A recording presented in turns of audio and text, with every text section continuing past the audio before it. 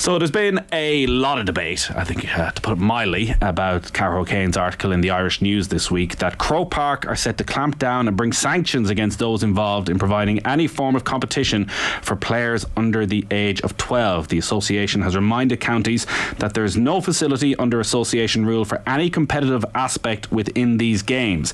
It added that any or all of the keeping, recording or publishing of scores, competitions, blitzes or events that involve knockout stages and are issuing of winners or runners-up medals, trophies, awards or prizes.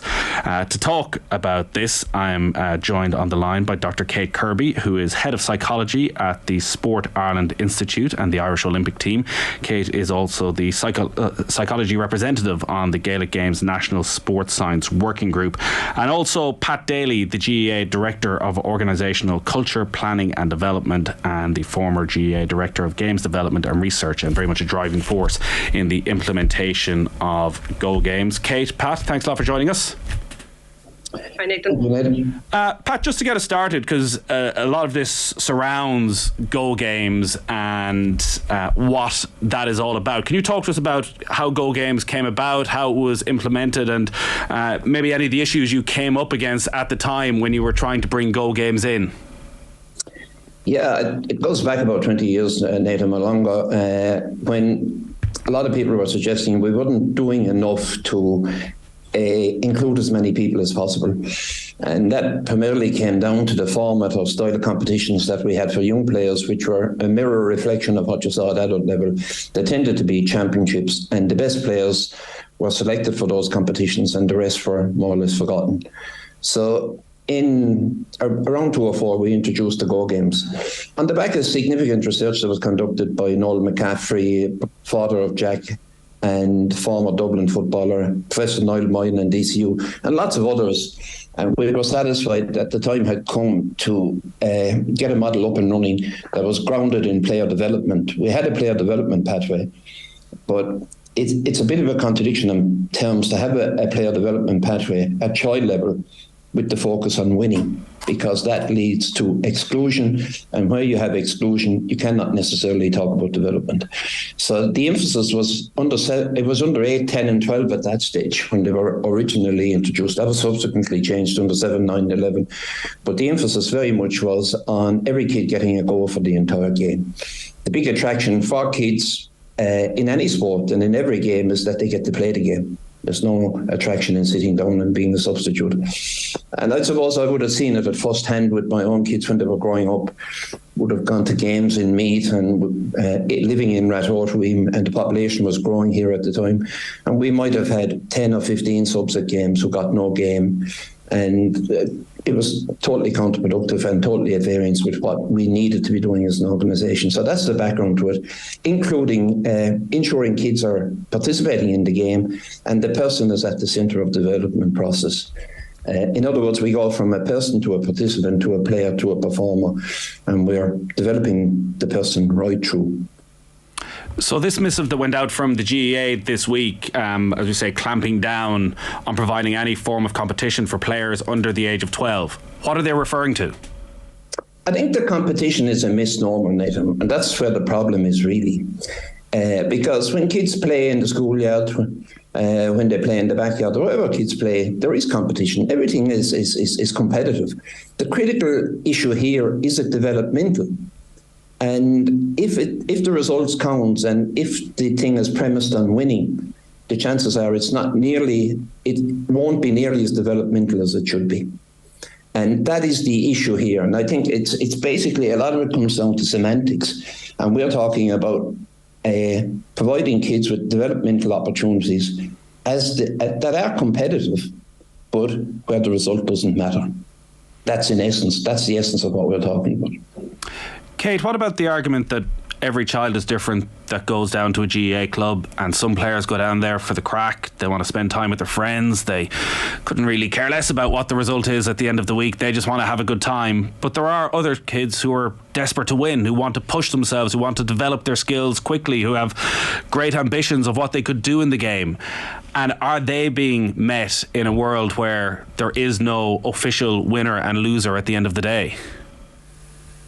Yeah, look, I think people are competitive by nature, and they will find ways to express that competitiveness in the yard with their pals in the park, in Go games, and there's nothing stopping them from trying to win and wanting to win, but it's the reinforcement of the value of winning being the most important thing that becomes problematic over time. And we know there's loads and loads of research around, overemphasis on outcomes, winning at all costs, creating pressure and anxiety just leads to high dropout rates in young athletes. And for particularly competitive athletes who give it all at too early an age, I see time and time again dropout and burnout at the late teens, early 20 stages, where it's just become too much. I think that the philosophy of the Go games around retention of players and not streaming them, retaining as many players as possible for as long as possible in as enjoyable an environment as possible, also gives credit to the fact that talent ID is notoriously inaccurate. So you're streaming players at under 12, you're losing players who may just be later developers, or because of relative age effect, don't have the advantage over their peers. So, it's a fallacy to assume that if you stream players and bring in competition for those competitive athletes, that you're getting the best ones. That's never the case. An argument I've seen put forward a lot over the last couple of days is that losing builds resilience, and that we're bringing up a generation who we're not letting lose. There's no difference between winning and losing, and therefore, to use the obvious quote, they're growing up as snowflakes. I don't know any 10, 11-year-old child who walks off the pitch and is oblivious to whether they've won or lost the match. They'll still experience disappointment and they'll still experience elation. But if it's highlighted on a week-to-week basis on a league table, then the consequences are magnified of winning, and also the despondency of losing, which isn't necessarily a great thing. But also at that age, participating in sport, the reward is the experience.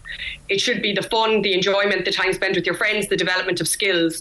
If it turns into the pursuit of trophies and medals, then it becomes an extrinsic reward, which actually takes away from the joy and the love of the game itself. So it ends up being counterproductive, where people think they're motivating young kids, but actually having controlling external rewards ends up often making it less enjoyable. Are 8, 9, 10-year-olds, Kate, are they mature enough? Are they ready to learn resilience from losing at that age? Well, one of the issues is that they're not mini adults. So when there's an outcome, like they're heavily beaten or they win, relatively easily, it's very hard for them to determine the reason that happened. Is it because of their amazing talent? Is it because of a strategy? Is it because of luck? Is it because they just worked harder? So if you have a player who attributes a loss to a lack of ability, that's pretty demotivating. And for an under 12 athlete, often they do make incorrect attributions. It's just too complex a reasoning skill for them to have developed. And likewise, someone who wins all the time, if they attribute that to effort as opposed to ability, that also leads to not great consequences, because as soon as they stop winning, they just give up because they don't see any other way to get out of that cycle of losing if they believe it's because of ability. Pat, has player retention improved as a result of Go games? Yeah, what has happened, I think, Nathan, yes, up to the age of 12, very definitely, we've seen huge increases in participatory levels. The trajectory after 12 is not great. It tends to be downwards. And I think a lot of it is because the developmental pathway doesn't continue.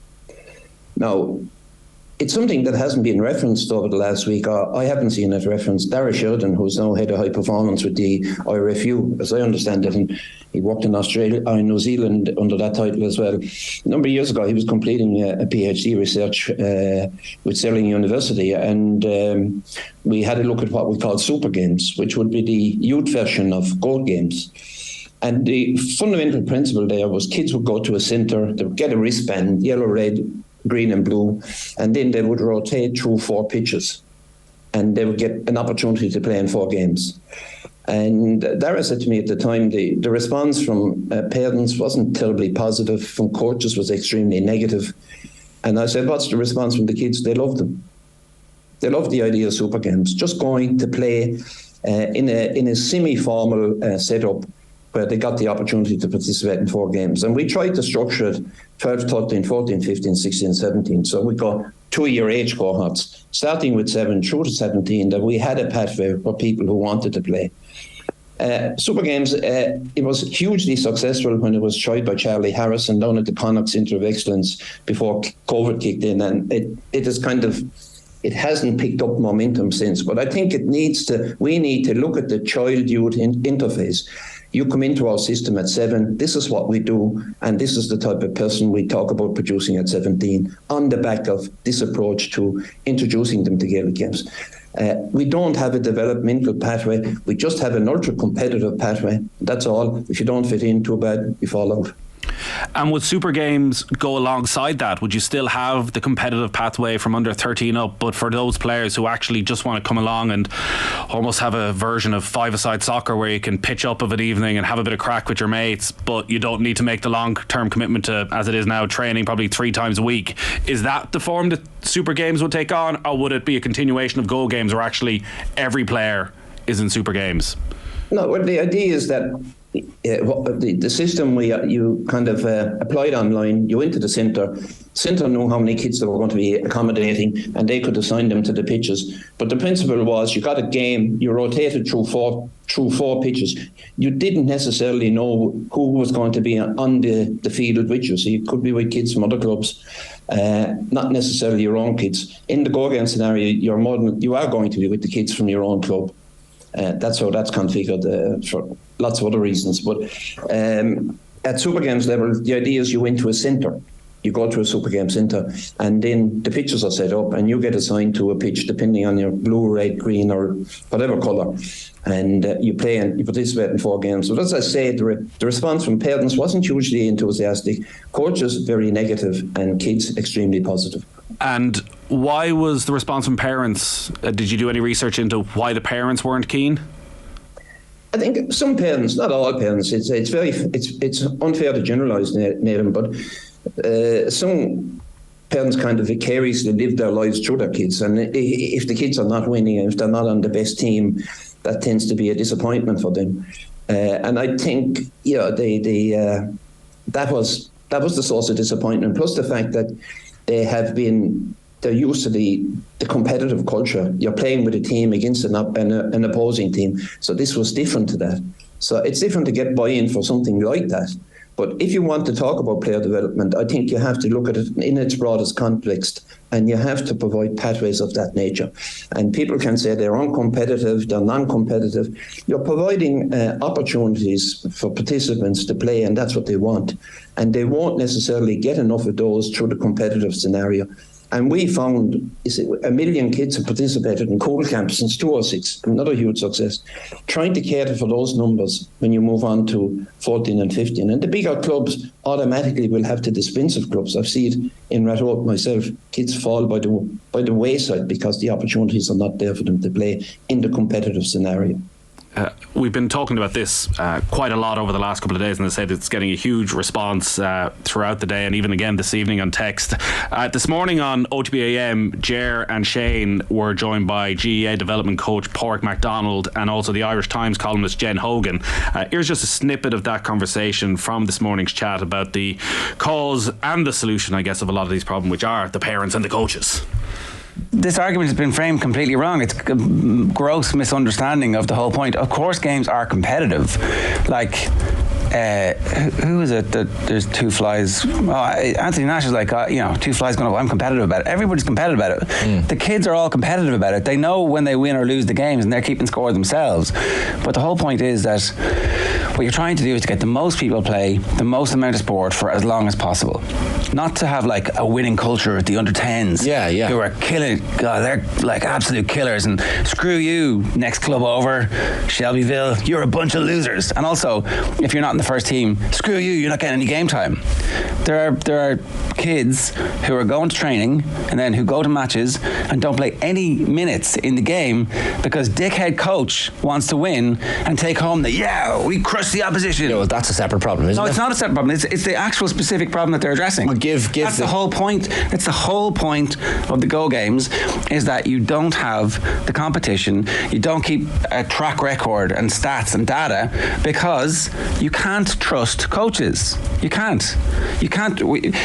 trust people not to get carried away with the desire to be, I'm Jose Mourinho on the sideline. And I have to say, I thought that was the kind of tone from a lot of people. Well, I'm okay. I'm great. I'm like, okay, grand you are, but like it turns out most people aren't. I think it's maybe they're reliving their youth. Maybe that's what they want, or they want to see themselves as this wonderful manager and bask in the glory of success. And I mean, look, we're inherently, I suppose, there's a degree of competitiveness in us all. Everybody likes to win. Children like to win too, but it's more about fun, and it should always be about fun. And I suppose the goal should always be about keeping as many included and as many playing for as long as possible. That should be the goal. But I think when it comes to grown-ups, they forget they're dealing with children. And I've seen, only last week as a parent, I was on the sideline and I saw incredible behaviour. It wasn't my coach, I'll have to say our coach is Daly, but I did see incredible behaviour on the sidelines, and it was hard to believe that the coach was roaring at kids the way he was roaring at kids. And it moves over then onto the pitch, and you see it with the children. They're picking up on this vibe. So it's a really important thing that it is reined in, and that the parents do realise this is kids, this is children. It's about fun. It's about keeping as many involved for as long as possible. Kate, sideline behaviour is probably a whole other conversation that we could spend an hour at some evening. Coaches' impact on children is maybe something that coaches don't think about enough. No, I think the philosophy and knowledge around coaching kids has evolved so much since we were coached ourselves as kids, and I see a lot of parents now coaching young kids, over-coaching and being way too directive and way too explicit in their instructions, and not as inclined to allow implicit learning and free play and let players make mistakes. So that's definitely something I've observed, where it's almost imposing too much structure and too much rigidity at a young age. But then also there's the emotional control aspect of the coaching, which is definitely problematic. We've seen loads and loads of stories of adults who should know better, losing their temper on the sideline, and that makes it an unenjoyable experience for all concerned, for players, for coaches, for other spectators. So for people to get that riled up about a kid's game of sport, which should be there as a development opportunity for young kids to enjoy, it kind of beggars belief that people can really lose the run of themselves to that extent. From what you've seen, Kate, how different are children's needs when they come in and start playing Go Games at underage to when they leave and start, I'm trying to think of the correct terminology, competitive games at under 13 in terms of what they want from training, from coaches, from being a part of a club? I think they still want a lot of the same things. Like, they want to have social support, they want to have an opportunity to develop, they want to spend time with their friends, but they're at the point where they can understand that they're at the agency of their own progression as well. They start to take more personal responsibility for their development, and at that age, again, players should be encouraged to ask questions and to have a bit of autonomy and input into their development, which players at the Go Game level probably aren't ready for yet.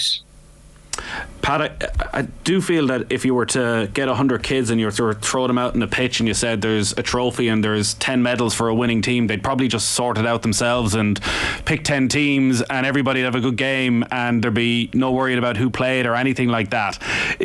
Am I right with that sense? And is it the adults who are causing the issues here? Yeah, they would be one of the chief contributory factors in Nathan. And unfortunately, if you could get the adults, I think there's a requirement for some education here. If you could get the adults to look at, why is this happening? Why are kids playing sport? As distinct from any other feature. And what do we want them to be able to do? And for me, the key benchmark in terms of coaching effectiveness at child level, are the kids able to play on the left and right hand side of their body? In other words, have they got the basic skills, if that's what you want to call it, or technical proficiency, if you want another term?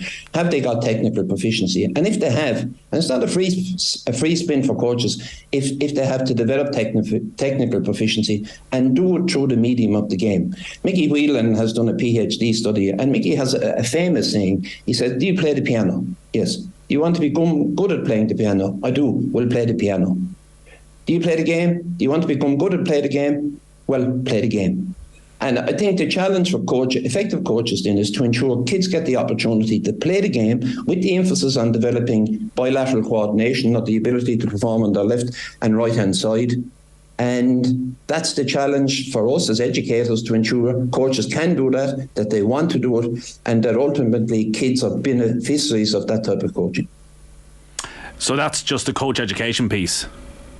Yeah, that's essential. I think education is essential because, inevitably you have to keep repeating the message, because you have a fair amount of trouble with coaches as well, and you've new parents coming into the system, and they mightn't necessarily know what the previous person knew. But I think if people are clear about the why, if clubs and schools are clear about the why are we doing this? Why are we playing Gaelic games? Is it an end in itself? And I don't think it is. Or is it a means to another end?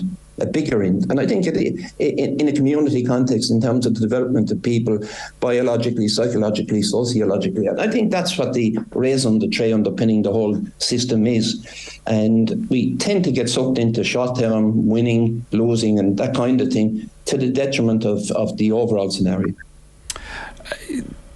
I'm interested in what you spoke about earlier of the players when they get to under 13 then, and that's a real pressure point as they move to another stage of life, quite often move school, maybe have a separation of friends. There's a natural falling out of sport at that stage. It does feel that some clubs are maybe just getting so big now, they just need a little bit of churn, that they just don't have the space, they just don't have the coaches, they just don't have the time for the amount of players that are coming through. When you have clubs with 60, 70, 120 kids maybe at some clubs coming in at 6 years of age. Yeah, but look, that's a major issue, that inevitably you just can't cater for them. And even if the club could cater on it, the competition format isn't there. You'll have A and B competitions, and then when it goes to C, nobody wants the C team, nobody wants to take the C team. And I know from my own experience, I took a team in Rathroad, and at under 14, 15, 16 and 17, mine was under 18 at the time, we won no game. We played a year up. So the under 14s played under 15 Division 4, and we won no game in 3 years. But the kids kept coming, and they backboned the first team to win a minor championship in Rathroad, and have been part of the senior team in recent years that have won 3 senior championships. So for me, it was all about ensuring that they were provided with playing opportunities, and the focus was on development as distinct from winning. But there are people who don't agree with that. But I think if you put the person at the centre of the process, if you look at the person's needs, you inevitably will finish up in that space. Kate, what are your thoughts on where coach education is right now in the GAA? Well, as part of that Gaelic Games Sports Science Working Group, a lot of I suppose our modus operandi was similar to the pathway, which is retention of players and holistic and healthy development of players, not getting too elite too soon. So like a lot of our philosophy around the foundational stages and the talent development stages is that the information should be delivered by the coaches, but backed by sports science education. So we're not advocating for bringing in nutritionists and psychologists to talk to 12 and 13-year-old players. We're saying that the good practice should be rooted in good, theoretically grounded coach education, and the coach should be the facilitator of that healthy and holistic development of the players under their care.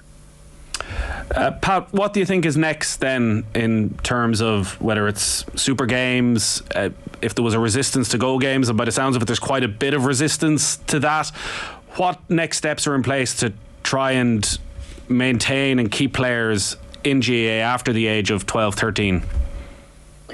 Yeah, well, as I say, I think the Super Games has phenomenal potential. And increasingly, I think at that level, in terms of autonomy and in terms of sense of agency, you'd be asking players to take responsibility for themselves, for the event themselves. So that you'd have a young referee involved in the Super Games, and it would be more or less self-regulated activity.